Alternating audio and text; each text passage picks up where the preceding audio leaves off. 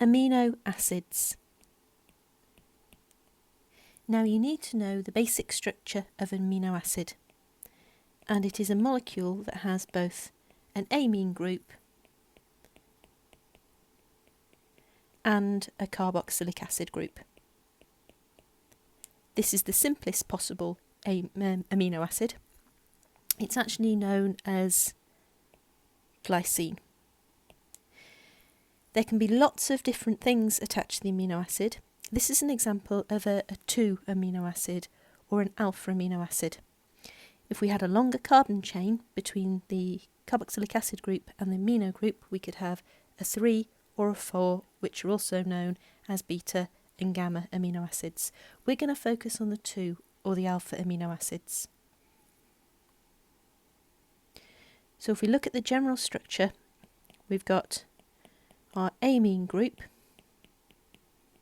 our carboxylic acid group, and then we've got an R group. And that R group could be a range of different things. There are 20 naturally occurring amino acids, some of which will appear in the exam paper, but they will always give you its name and its structure, so you don't have to learn any of them. You will, however, have to be able to name the given amino acid using the IUPAC organic naming. So let's have a look at how we would go about naming them. Okay, so this one, the carboxylic acid group, is going to take priority. So if we start with that, we've got a chain that is 2 carbons long. So we know it's going to end in ethanoic acid.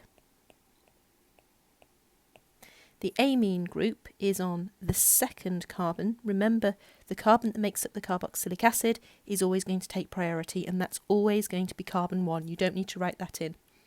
So this would then become 2 amino. Because we've got the ethanoic acid at the end, or the oic acid at the end of the name, the amine group is going to take on a prefix of amino. Again, for this case, we're going to look at the longest carbon chain first and name our carboxylic acid.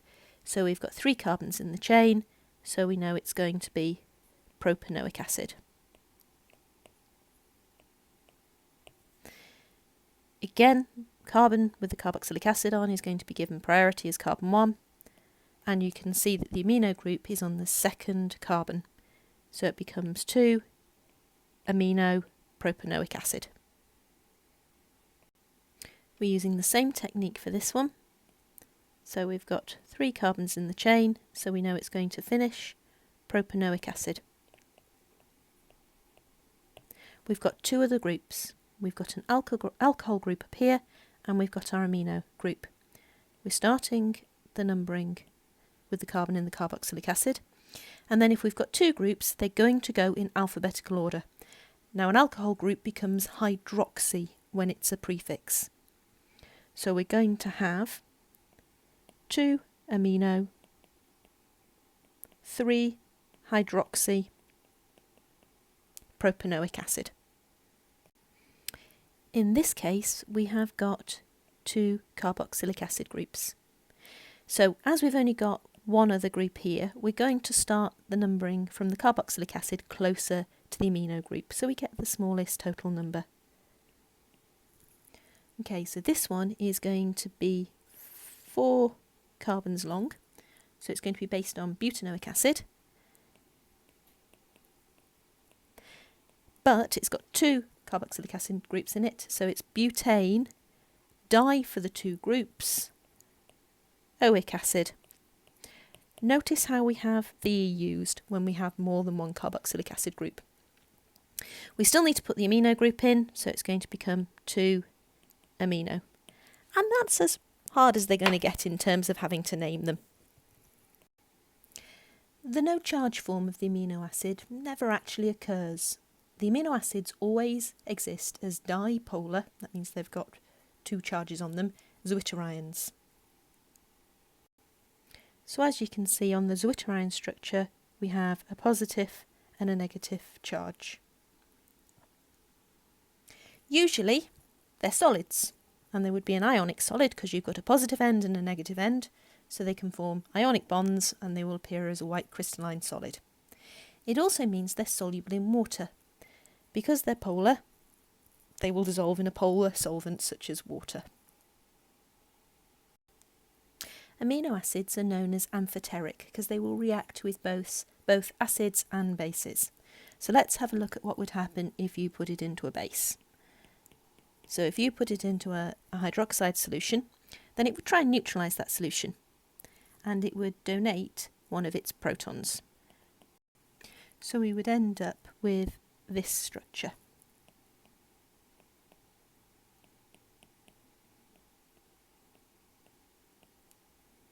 If we wanted to reverse that, then we would add an acid.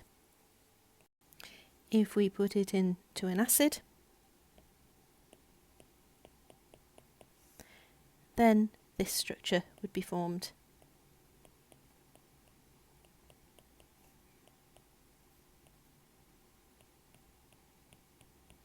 And again, we could reverse that by adding a base. Amino acids will also act as weak buffers and will only gradually change pH if small amounts of acid or alkali are added to the amino acids. So they'll resist pH change over a small range. Dipeptides are simple combination molecules of any two amino acids with one amide or peptide link. And let's have a look at what that peptide link looks like. Okay, here we can see how the two amino acids have joined together. And this is our peptide link. It's a condensation reaction, so the other thing that will have been lost in this reaction is water. And you can see the OH will have come from the carboxylic acid, and the nitrogen will have lost one of its hydrogens. Now this combination of two amino acids could actually give us two different dipeptides. And let's have a look at the other structure it could form. So you can see we can flip them around the other way and form the bond between the other two ends of the amino acid. And this again has our dipeptide link in it. We could call it an amide link or a peptide link. We think it's got the same structure as the amides that we learnt about earlier, but a more common name is a peptide link.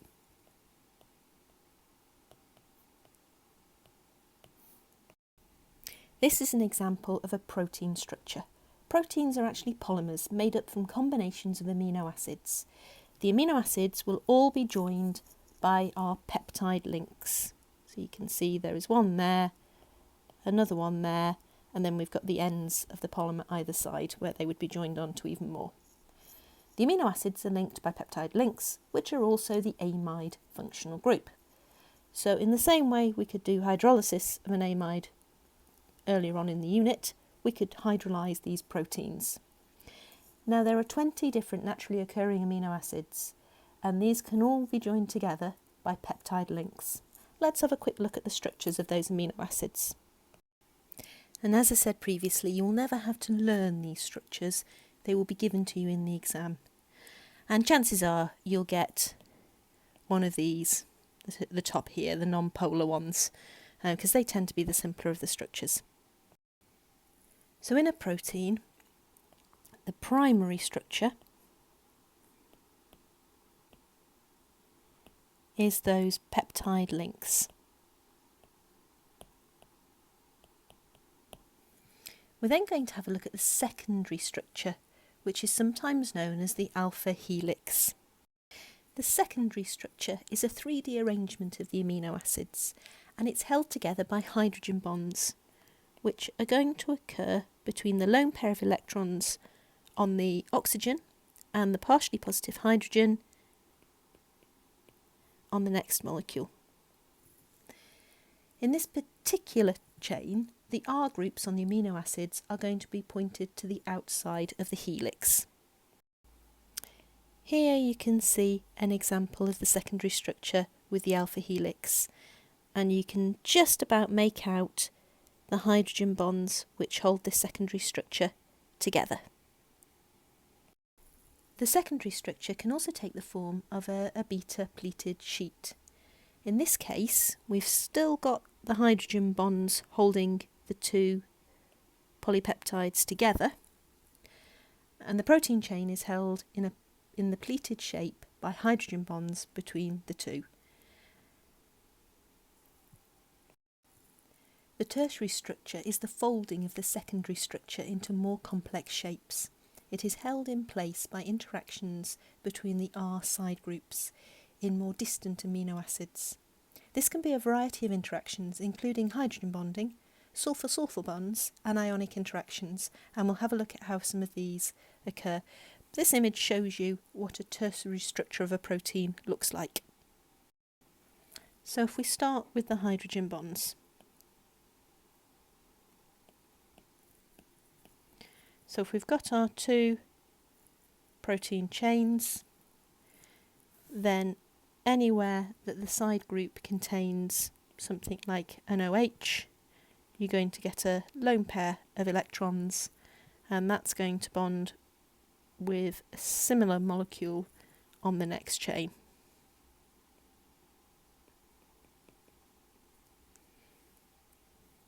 So there we have our hydrogen bond.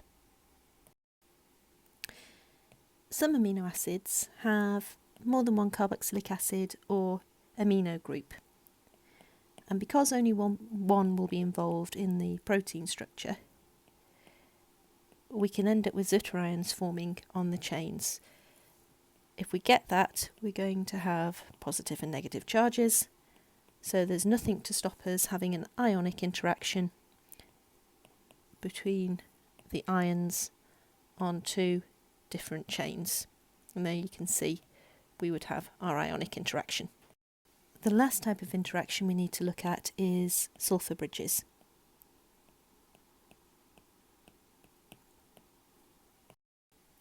If we get two cysteine side chains and they end up near each other due to the folding in the protein chain, we can end up with a sulfur bridge being formed.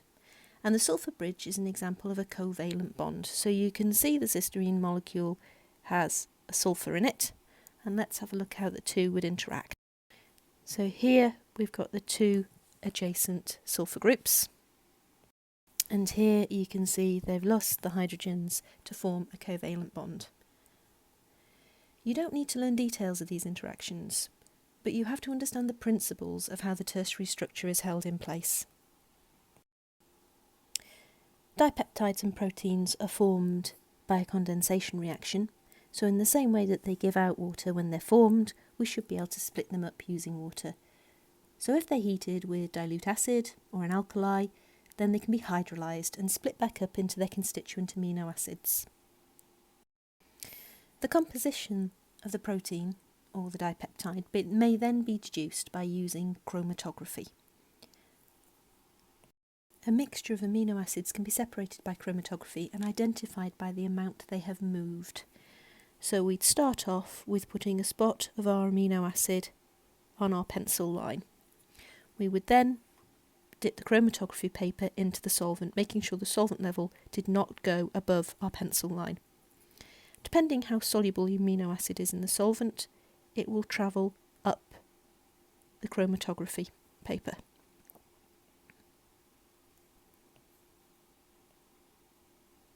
We'd always stop the chromatography before the solvent got to the top of the paper. So this would be our solvent level. And this would be the distance travelled by our amino acid. Now if we were to measure both of these, we could come up with something called an RF value. And an RF value is always equal to the distance moved by the sample, in this case the sample is an amino acid, divided by the distance moved by the solvent.